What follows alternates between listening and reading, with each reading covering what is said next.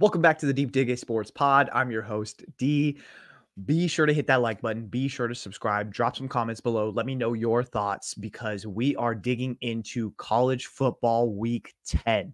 And this was another week that the more that we're gathering information, the more that we're learning about each and every team, the muddier the playoff picture actually gets. This college football season has been completely insane. So let's go ahead and start with the biggest matchup on paper coming into this game or this week of games. And it was the number 3 Penn State taking on number 4 Ohio State in a grudge match that continues to be big brother versus little brother. And so Ohio State takes it. It was 20-13. And I mean, what can you say about this? I mean, ultimately, this was a close game. It came down to realistically 2 goal line stands from Ohio State. They held strong at the end of the first half. And then towards the end of the second half, they held strong again. And realistically, Penn State just couldn't get it going on offense. I mean, so the two narratives coming into it were just too, it was in a movable object, an unstoppable force. The unstoppable force being the Ryan Day can't win the big one. The other force being James Franklin cannot beat Ohio State.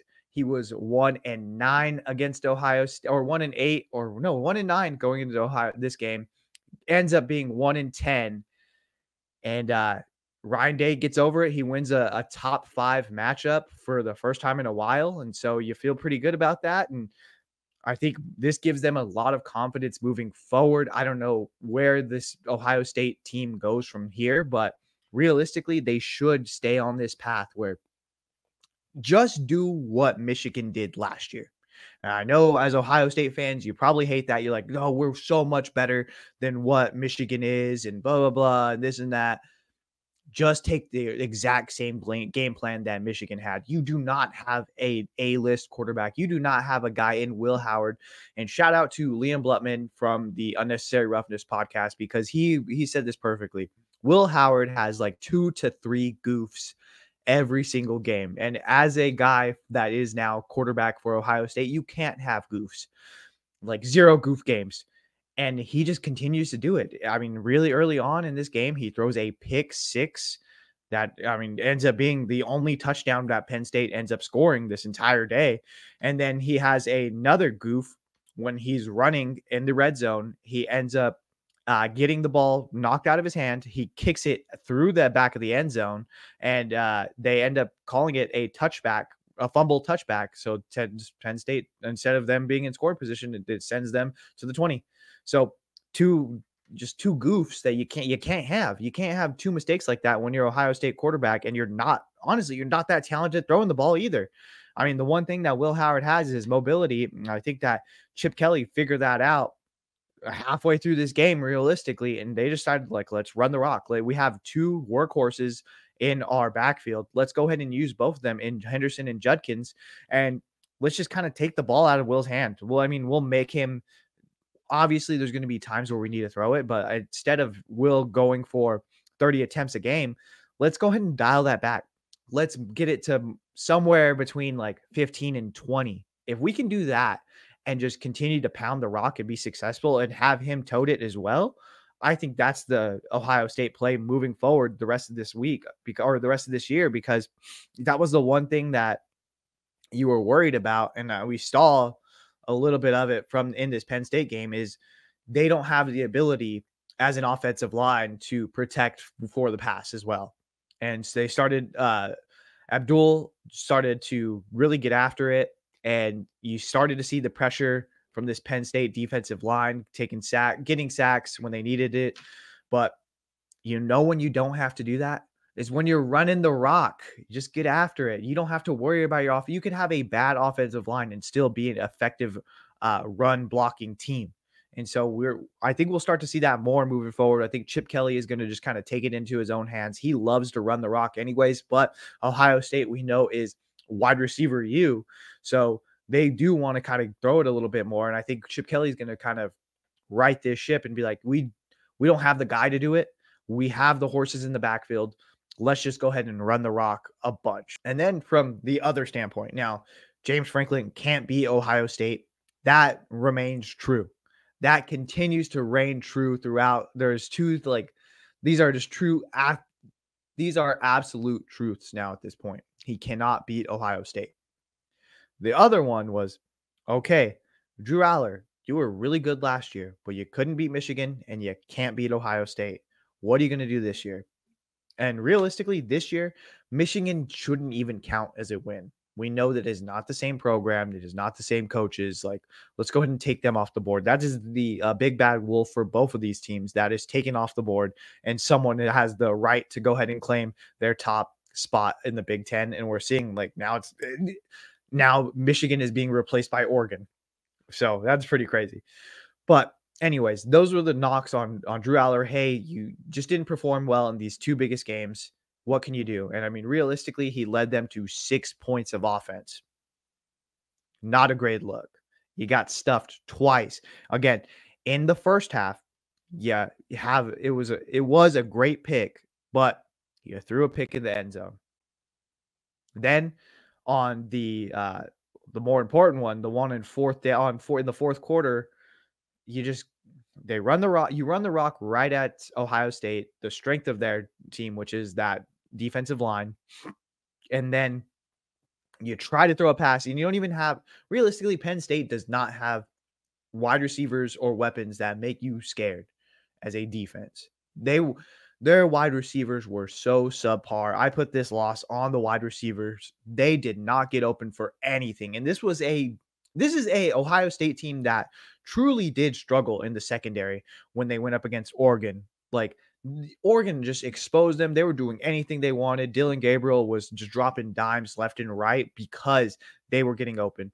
And this Penn State team could not get open to save their life. Their biggest weapon, which was their tight end, yeah, that's cool, but ultimately it's a tight end. You need wide receivers. You need playmakers on the edges, and that just didn't happen.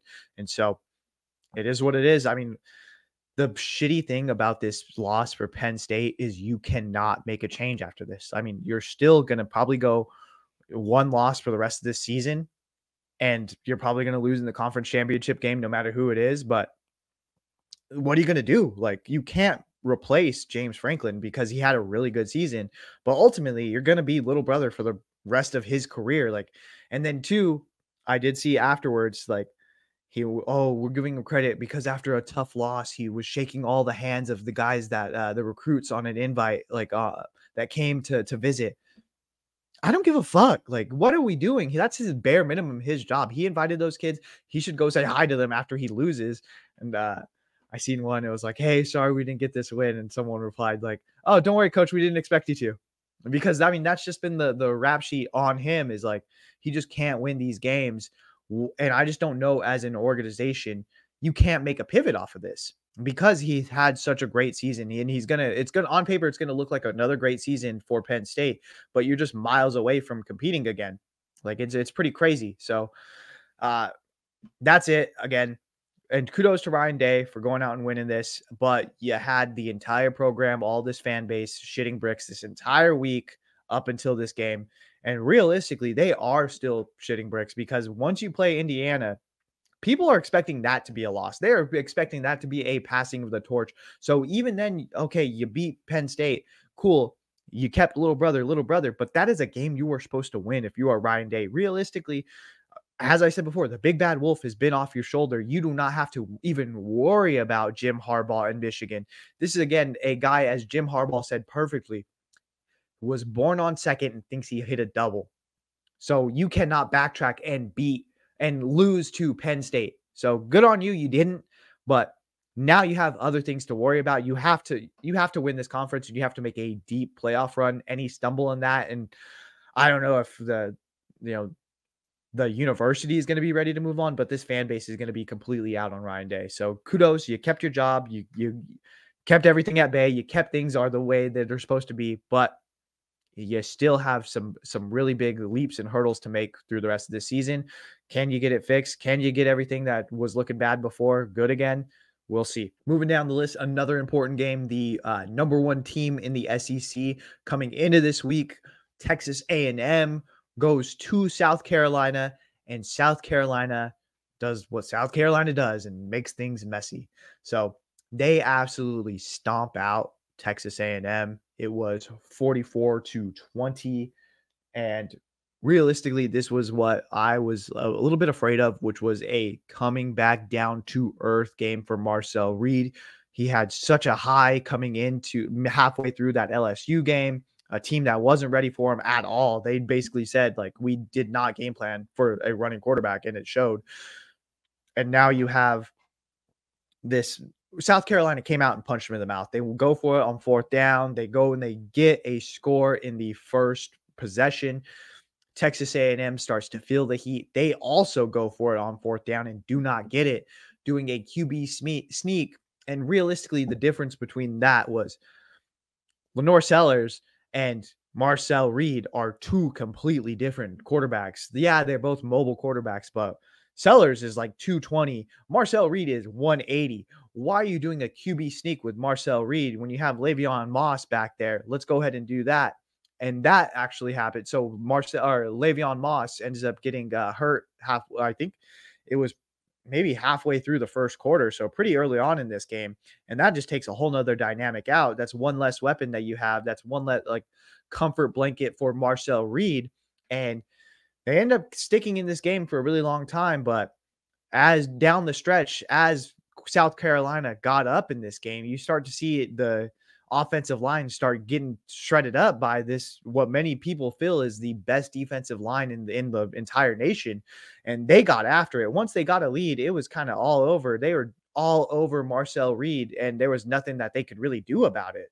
And so you just had to take care of business if you were Texas A&M. You were coming off of a huge win. You just had to take care of business. If you could remain, they did not have a tough schedule. Many people felt like, including myself, I was 100% high hand up. I was 100% wrong. I thought that Texas A&M was an automatic, okay, we are in the conference championship if we can continue to take care of business, and they just couldn't. They lost to South Carolina this week in a game that realistically, it just felt like South Carolina was like, hey, I'm the big boy here. I'll show you what I can do. And Texas A&M and Mike Elko were like, we got no problems. Hey, you go ahead and take it. Go ahead and take it. So all you had to do was take care of business. And now this throws the entire SEC into like a scramble because you have a bunch of teams now that are kind of on the same level.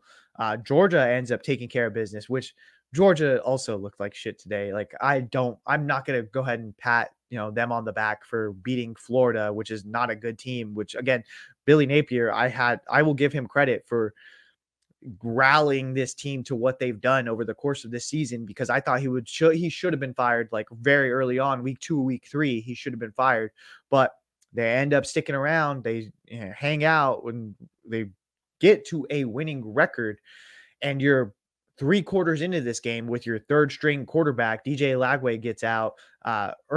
Graham Mertz has been hurt for the last couple of weeks. And now you have this Yale, I think he's a redshirt freshman, stepping into this game. And you're, tied with them about 3 quarters of the way through. So kudos to them. But obviously, Georgia, I don't know what the fuck Georgia's doing.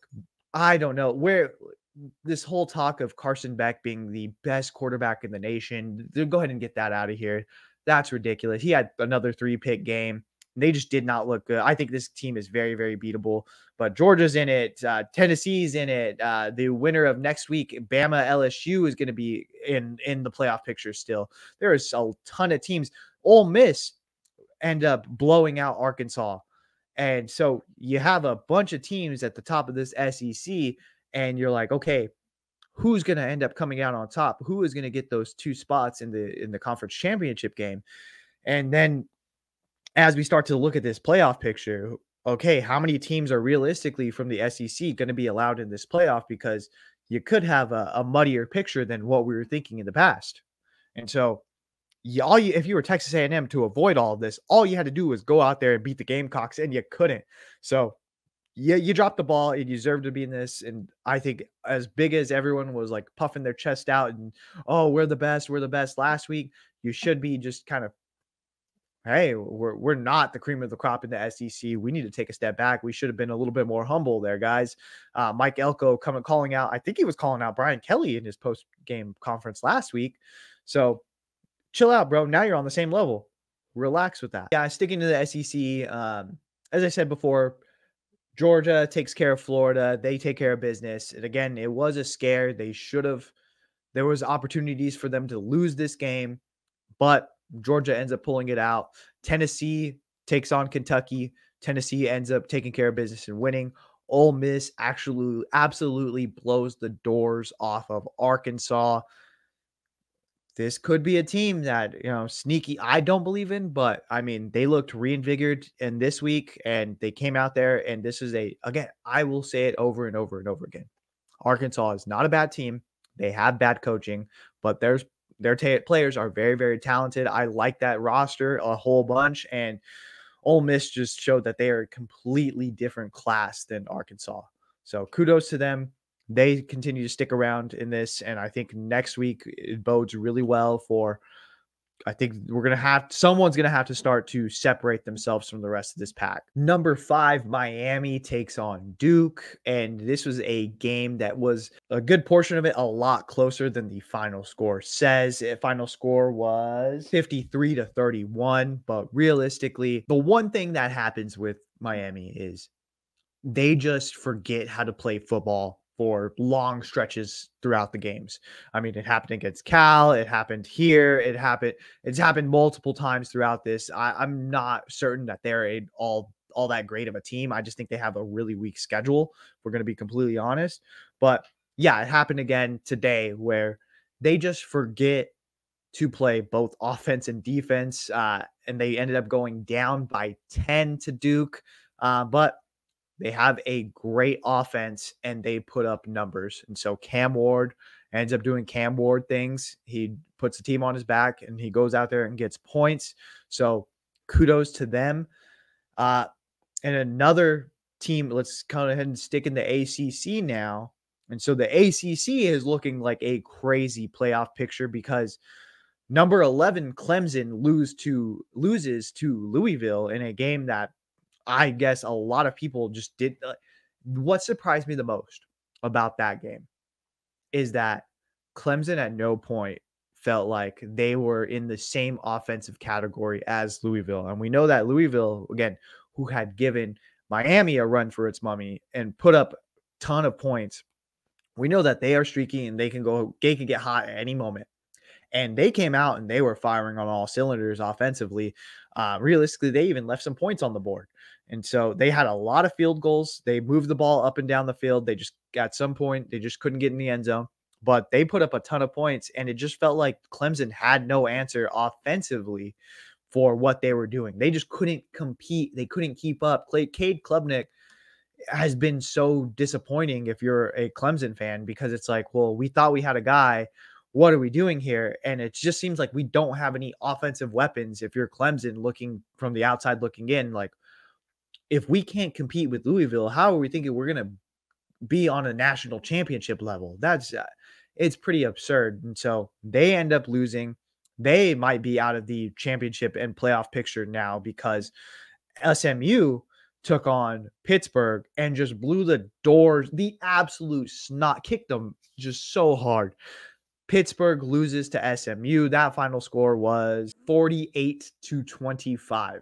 And so SMU is undefeated in the conference. Miami is undefeated in the conference.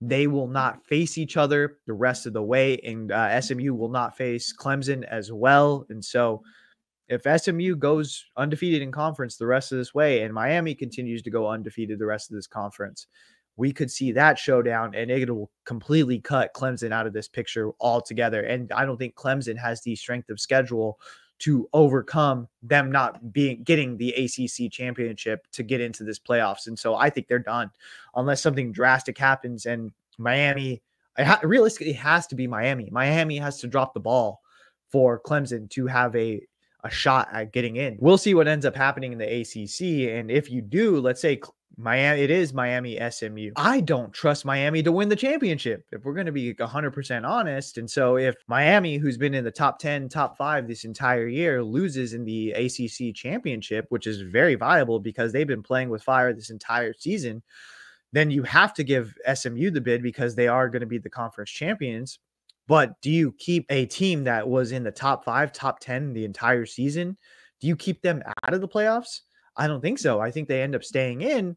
And so that basically it's gives me the feel of March Madness, where you stole a bid into this playoff, and that knocks out someone from the Big Ten and the SEC. Someone is going to be left out because of that. And then you start to get into the playoff picture of the group of 5, and then you have Notre Dame still sitting there. They can go undefeated the rest of this season, but they will actually be facing Army. And so it's like, okay, well, if Notre Dame loses to Army, does Army go out and win the American? And if so, then you got to put them in, because it looks like Boise State's already going to be in, because they have a really impressive resume. Just overall, their only loss is to the number 1 Oregon, and they took them to like double overtime.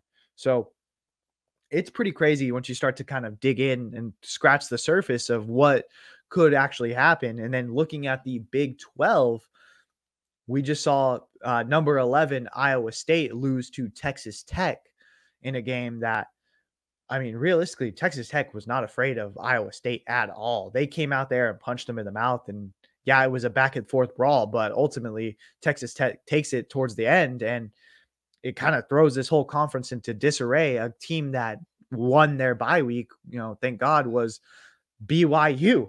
I mean, BYU remains undefeated, and they will go ahead and continue on. Hopefully they don't play either of the 2 teams that are in the second place, which is, surprise, surprise, Colorado and now Iowa State.